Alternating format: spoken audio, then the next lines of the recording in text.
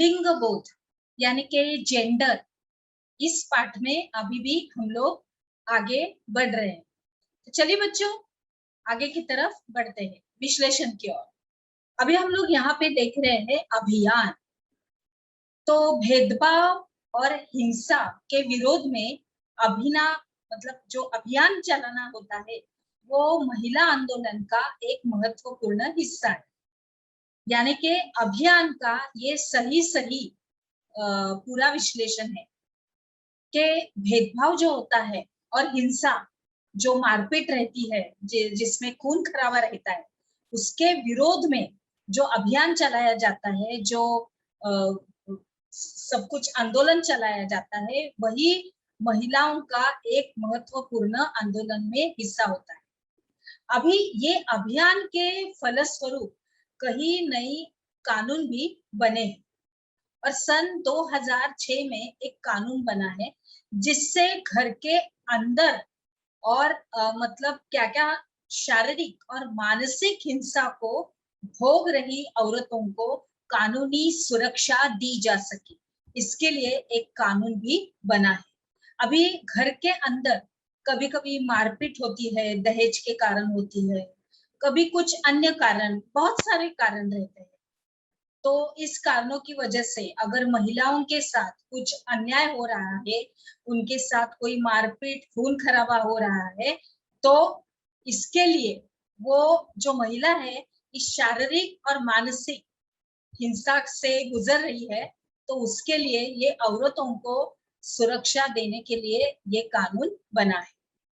और अभी इसी तरह महिला आंदोलन के अभियानों के कारण 1997 में और यानी कि 1997 में सर्वोच्च न्यायालय ने जो हमारा सर्वोच्च न्यायालय है, उन्होंने क्या किया कि इस कार्य के स्थान पर और शैक्षणिक संस्थानों में महिलाओं के साथ होने वाली यौन प्रताड़ना से उन्हें सुरक्षा दी गई है और सुरक्षा प्रदान करने के लिए दिशा निर्देश जारी किया है कि कोई भी तरह से महिलाओं के साथ कुछ अन्याय नहीं होना चाहिए इससे। इसलिए ऐसे कार्य के स्थान पर इस तरह से निर्देश जारी किए गए। अभी आगे बढ़ते हैं बच्चों। अभी हम लोग देखते हैं कि सत्या रानी, हम लोग कुछ चित्र देख रहे हैं। एक महिला है इधर और एक बुजुर्ग महिला है जो यहाँ पे बैठी है और सत्या रानी महिला आंदोलन की एक सक्रिय सदस्य दहेज के लिए मार दी गई। अपनी बेटी के मामले में न्याय मांगने के लिए एकदम लड़े गए लंबे मुकदमे की वो कानूनी फाइल से घिरी हुई सर्वोच्च न्यायालय की सीढ़ियों पर बैठी है। अभी हम लोग यहाँ पे क्या देख रहे हैं कि यह बुजुर्ग महिला यहाँ पे बैठी है जिसके बेटे के साथ कुछ गलत हुआ था दहेज के लिए और इसके लिए वो न्याय मांगने के लिए वहां पे जाके उसी न्यायालय की सीढ़ियों पे जाके वो बैठी। मतलब उसको न्याय चाहिए अपनी बेटी के लिए। आगे बढ़ते हैं। एक और उदाहरण देखें तो 1980 के दशक में देश भर के महिला संगठनों ने दहेज हत्याओं के खिलाफ आवाज उठाई थी और नवविवाहित युवतियों को उनके पति और ससुराल के लोगों द्वारा दहेज के लालच में मौत के घाट उतार दिया जाता था। मतलब ये सब कुछ दहेज के लिए जो महिलाओं का साथ गलत व्यवहार होता है, खून खराबा होता है, हिंसा होती है, उसके लिए है कि क्या आवाज उठाई है कि जो नवविवाहित युवतियों के उनके पति जो उनके साथ दहेज मांग की बार-बार मांगे करते हैं और उसके सास ससुर मांग करते हैं, तो ये लालच जो है, तो इस लालच में मौत के घाट उतार दिया जाता था और महिला संगठनों ने इस बात की कड़ी आलोचना करी कि कानून अपराधियों का कुछ नहीं कर पा रहा है।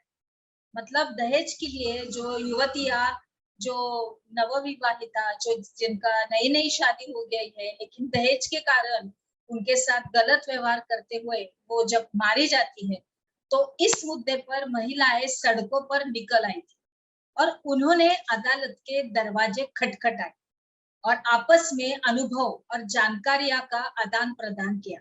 और इसके अंत में इसका अनुमान क्या हुआ कि यह समाज का एक बड़ा सार्वजनिक मुद्दा बन गया और अखबारों में छाने लगा और दहेज से संबंधित कानून को बदला दिया गया। मतलब दहेज जो लेते हैं उनके खिलाफ सख्त कार्रवाई की जाएगी, ऐसा कानून किया गया ताकि दहेज मांगने वाले परिवारों को दंडित किया जाए, उनको सजा दी जाए कानून की तरफ से। आगे बढ़ते हैं, जागरूकता बढ़ाना। इसके अंदर आप देख रहे हैं कि महिला किस तरह से अपने आंदोलन यहाँ पे उन्होंने छेड़ा है, किस तरह से बैठी है वो, किस तरह से सब कुछ उनका आंदोलन चालू है, सभाएं चालू है। तो औरतों के इस अधिकारों के संबंध में हमारी समाजता में जागरूकता बढ़ाना और महिला आंदोलन का ये एक प्रमुख कार्य है। अभी गीतों द्वारा, नुक्कड़ पर नाटकों और जनसभाओं के माध्यम से ये संदेश वो लोगों के बीच पहुंच जाता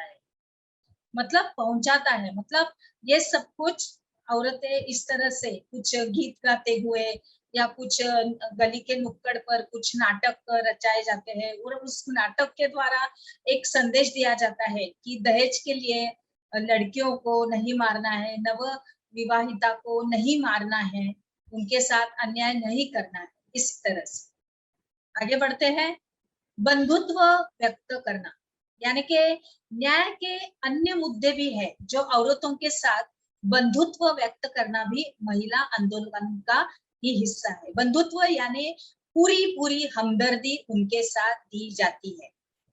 अभी 8 मार्च अंतरराष्ट्रीय ये जो दिन है वो महिला दिवस को दुनिया भर की औरतें अपने संघर्ष को ताजा करने और जश्न मनाने के लिए इकट्ठा होती है। कौन सा दिन है महिलाओं का दिन?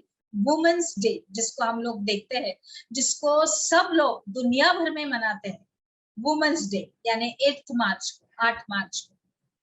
अभी हम लोग यहाँ पे देख रहे हैं कि हर साल 14 अगस्त को वाघा में भारत पाकिस्तान की सीमा पर हजारों लोग इकट्ठा होते हैं और एक सांस्कृतिक कार्यक्रम ही वो वहां पे करते हैं, आयोजित करते हैं। और ऊपर की जो तस्वीर दी गई है ये भारत में और भारत और पाकिस्तान के लोगों के बीच बंधुत्व, एकत्व, मतलब एक प्रकार की एक दूसरे को ये हमदर्दी है, एक दूसरे के लिए बंधुत्व है, ऐसे प्रदर्शित करते हुए औरतें जलती हुई मोमबत्तियों को लेके उठा रही है अपने हाथों में। ये अपना चित्र हम लोग यहाँ पे देख रहे हैं, बहुत सुंदर ऐसा ये दिया गया है। आगे बढ़ते हैं बच्चों, हमने क्या सीखा इसके अंतर्गत? आपको अभियान ये क्या होता है इसके बारे में आपको अपनी किताब में लिखना है। तो चलिए बच्चों, हम लोग अभी अपने अगले पड़ाव में प्रवेश करते हैं। चलिए।